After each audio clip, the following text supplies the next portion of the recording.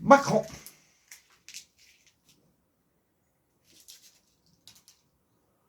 Macron et l'Algérie. La séquence de l'annulation de la visite prévue en mai en France et son rétablissement pour juin dit presque tout. Presque tout. Ce qu'elle cache, c'est le langage. Ce sont les mots utilisés. C'est tout. Le langage, autrement. Le langage, hein, c'est-à-dire vraiment le vocabulaire utilisé. C'est tout. Mais sinon, pour le reste, tout est clair, ou du moins pour moi.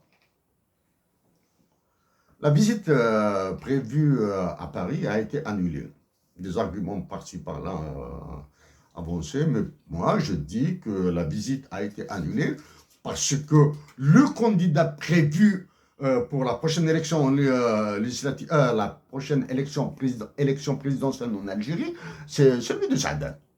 Le Premier ministre, il était clair. Parce qu'actuellement, il n'y a pas un stock de généraux capables de se présenter pour diriger l'Algérie. Hein. Parce que la succession des états-majors a complètement décrédibilisé, si tant est, les différents états-majors. Hein.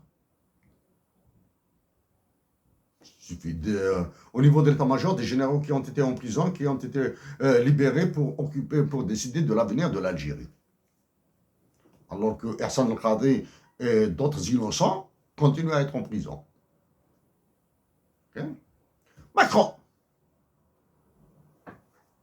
C'est la énième fois qu'il a démontré qu'il impose sa loi à l'Algérie. Évacuons Macron maintenant, parce que j'en ai dit quelques mots avant sur lui. Est-ce que la visite en juin reposera au moins deux questions? Deux questions. L'article 6 de l'OTAN, ok, et la créance que détient l'Algérie sur la France. La créance, ok. Est-ce que la France acceptera, c'est grave ce que je veux dire là, est-ce que la France acceptera la surévaluation du dinar algérien? Alors, est-ce que la question de l'article 6 de l'OTAN sera soulevée en France pour demander son abrogation? Voilà maintenant. Mais maintenant, en rétablissant pour juin prochain la visite, programmons l'interview, Macron parlera avec un doigt comme ça. Toi, tu fais ça, du moment en privé. Toi, tu fais ça, et tu fais ça, et tu fais ça, et tu tais. Voilà. Comme ça qu'il parlera. Hein? Maintenant, il peut utiliser un petit peu les formes, là. Ah, s'il te plaît, tu fais ça, tu fais ça, tu fais ça, et tu fais ça. Comme ça, avec le doigt. Hein? Donc, qu'est-ce qui est passé à la trappe? La visite de Moscou. Et il était question d'une certaine visite d'État à Moscou. Hein? Elle est passée à la trappe. Parallèle. L'Algérie, du moins l'État algérien, la conciergerie de Macron, la présidente de la République, a parlé de l'adhésion au BRICS, alors qu'il y a d'autres organisations internationales, du moins d'autres regroupements internationaux d'États qui existent. Hein, le Vietnam, le Pakistan, l'Indonésie, tout ça. Hein, L'Inde, dans un autre groupement, l'Algérie peut créer un groupe. Alors que l'Union du Maghreb arabe est foutue complètement en l'air, la Ligue arabe complètement foutue en l'air, l'Union africaine complètement foutue en l'air, l'Algérie veut adhérer au BRICS. Soit l'Algérie adhère au BRICS. Quelles sont les conditions qui seront imposées par Moscou et celui qui occupe le Kremlin actuellement? Il a la réputation d'être froid et dur. Monsieur, au lieu d'acheter ton armement de France, les sous-marins, les avions Rafale, etc., hein, tu continues à acheter mes milles. Ça, c'est la première. 2, tu achèteras mon blé. sachant qu'il y a la sécheresse qui s'annonce, etc. Okay. Et tu accepteras le nouveau système d'échange monétaire qui a été mis en œuvre par la Chine et la Russie pour sortir du SWIFT. Okay. Le SWIFT, c'est les transactions internationales, monétaires, hein, les paiements internationaux. Hein. La Chine. Quelles sont les conditions qu'imposera la Chine à l'Algérie? Demain, à l'Algérie, aux militaires, là, aux généraux et à celui qui est à Saaden, à El Mouradia, la conciergerie de Macron. Là. Quelles sont les conditions? Première, c'est l'accélération de la réalisation du port de Chachel, hein, du côté de Chachel. Ce port a été oublié complètement. Donc le Chinois, le président de la Chine lui dira, le port chinois en Algérie, du côté de Tipaza, doit être construit le plus tôt possible, doit être terminé le plus tôt possible. Et puisque nous, Algériens, n'avons ni la technologie, ni la compétence, et nous avons surtout le fainéantisme et la corruption, c'est une société chinoise qui le construira. Et ce port chinois en Algérie fera partie de Obori, One Belt, One Road Initiative, de la route de la soie. Parce que le canal de Suez est un problème très sérieux au niveau international. Donc voici, globalement, pour l'aspect de la domination d'Emmanuel Macron de l'Algérie. Maintenant, avez-vous compris que j'ai évité de parler des États-Unis d'Amérique? Ce qui vient des États-Unis d'Amérique est encore plus monstrueux. Ce qui vient des États-Unis est encore plus monstrueux. Parce que pour les États-Unis d'Amérique, c'est simple. Ou tu fais ce qu'on t'ordonne, ou on te massacre. Le futur massacre qui s'annonce, il est systémique, c'est-à-dire il est mondial. C'est la gestion de l'inflation par les États-Unis, hein, de Federal Reserve, hein, par la Banque fédérale, hein, à la Réserve fédérale, de Federal Reserve. Écoutez, Jérôme Powell, ce qu'il a dit, ça fait très très très peur.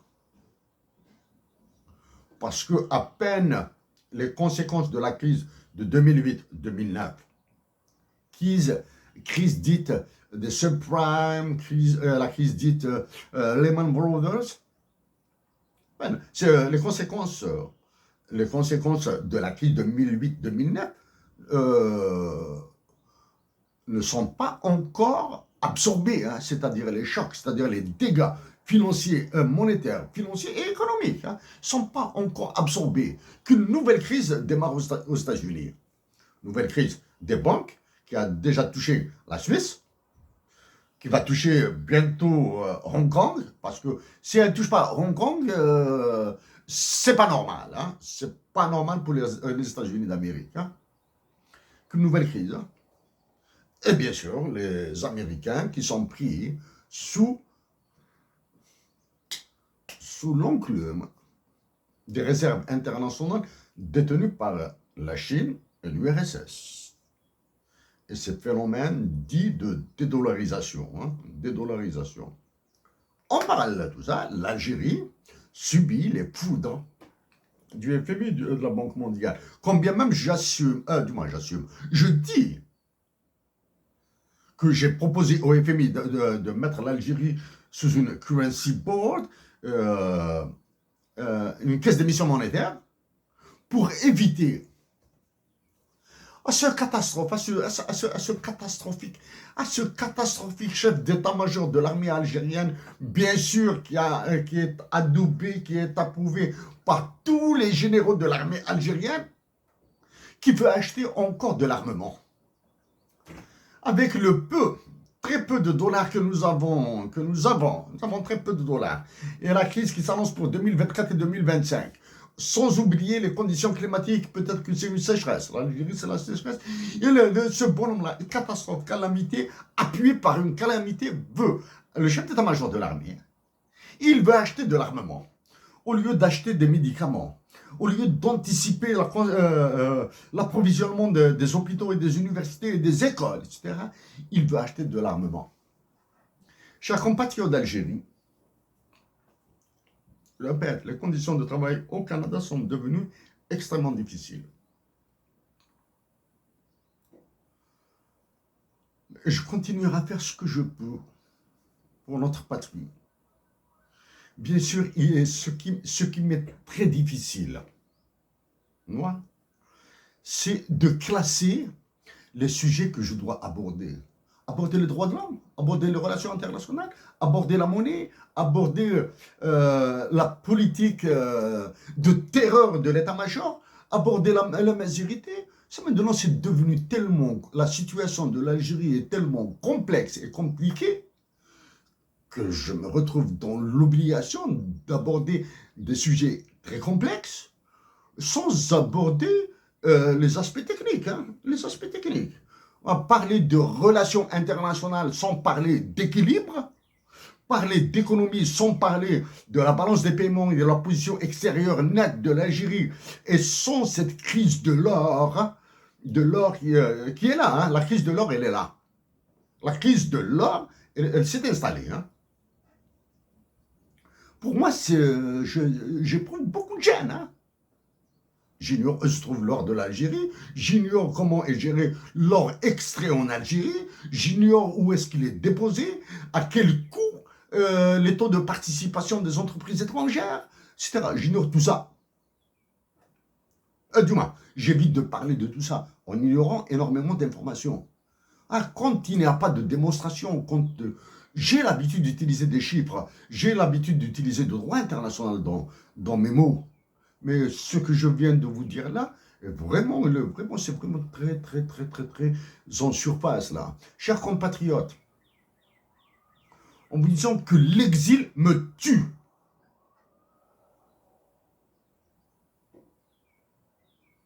Je continuerai à faire ce que je peux pour ma patrie, pour mes compatriotes d'Algérie, avec cette douleur de l'éloignement et avec cet amour de racine. Merci à vous tous.